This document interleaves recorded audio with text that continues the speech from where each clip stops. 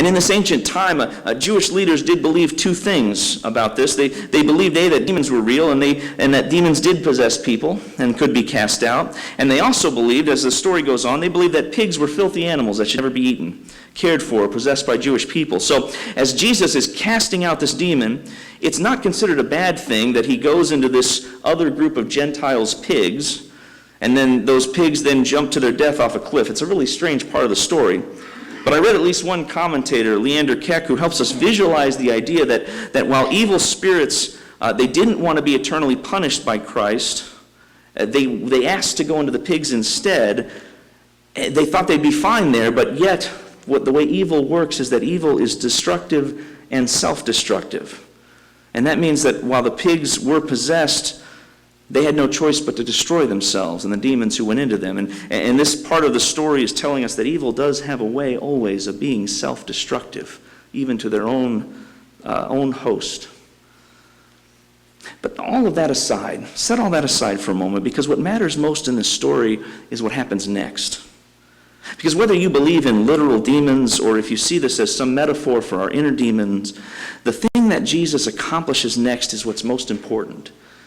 And this is what's most important in all of these exorcism scriptures.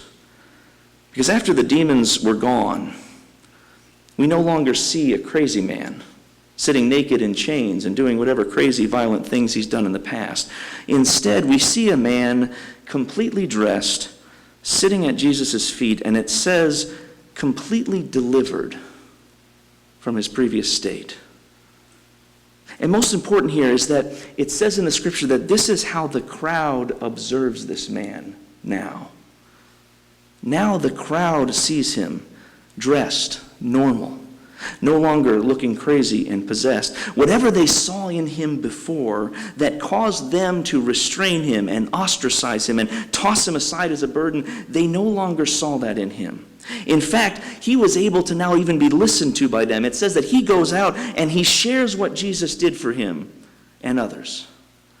And this, I think, is the most important point of all of these stories of exorcism. Because, again, I don't know if there are demons. I don't know if we're influenced to commit evil by something outside or if there's something that misfires in our brains. But no matter what causes those sorts of demons to possess us, when Jesus exorcises those things out of us, he is actually reconciling us back to our communities so that our communities look at us differently.